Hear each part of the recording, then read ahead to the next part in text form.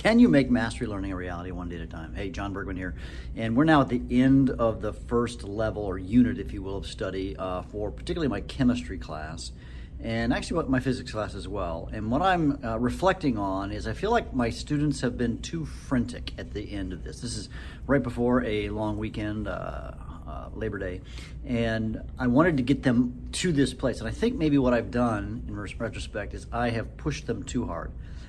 Because yesterday was the first day we have a block schedule, so I see my students every other day. So the first batch of kids had their boss battle, their major assessment, yesterday. And I say that in only about half the students, maybe even a third of them were able to take the boss battle yesterday. Those who did were very successful, and that was cool. But then there's a certain group, either two-thirds or half or whatever it might be, that still need to take it. And I think what I need to do is when it comes to the next day, which will be the day after Labor Day, whatever class that is, I'm going to make sure that we have sort of a day for everybody to catch up. And for those students who are ahead, who are, if you will, on target, for them to move on. And so we're going to start seeing a bit of a gap, I think, now in the mastery learning process.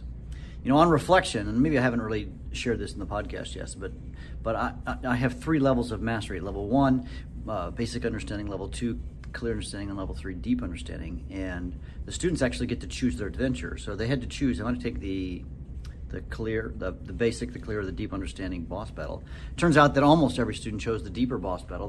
They have more opportunity to score more points. We still have an A, B, C, D type grade system. But that's sort of it's not a fair sample because it's not all the students, right? The students who are furthest ahead probably understood it the best, and so the ones who took the harder test. And I think I'm going to see next week when students start taking, that we'll see other kids taking other tests. I actually saw this happen in my physics class. This is also the end of their unit. It's a very small group of students, so it's a smaller sample set, but I did have a student who was very successful on the middle test, if you will, and now he wants to take the harder test, and I think that's totally acceptable in this system. But I really am excited, though, as I've watched the students working together.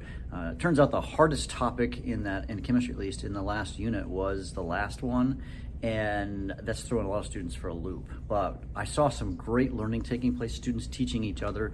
They were standing at a board doing that. It was super, super cool and powerful. So in kind of all in retrospect, I think it's been a huge success. And here is my paper. I'm sorry, podcast listeners, but I'm holding up a paper that just kind of shows the progress of students. I folded it over so you can't see the names, but you can see just the level of completion that the students have had. And I've updated this now, and I'm very pleased. I'm very pleased with where the students are at.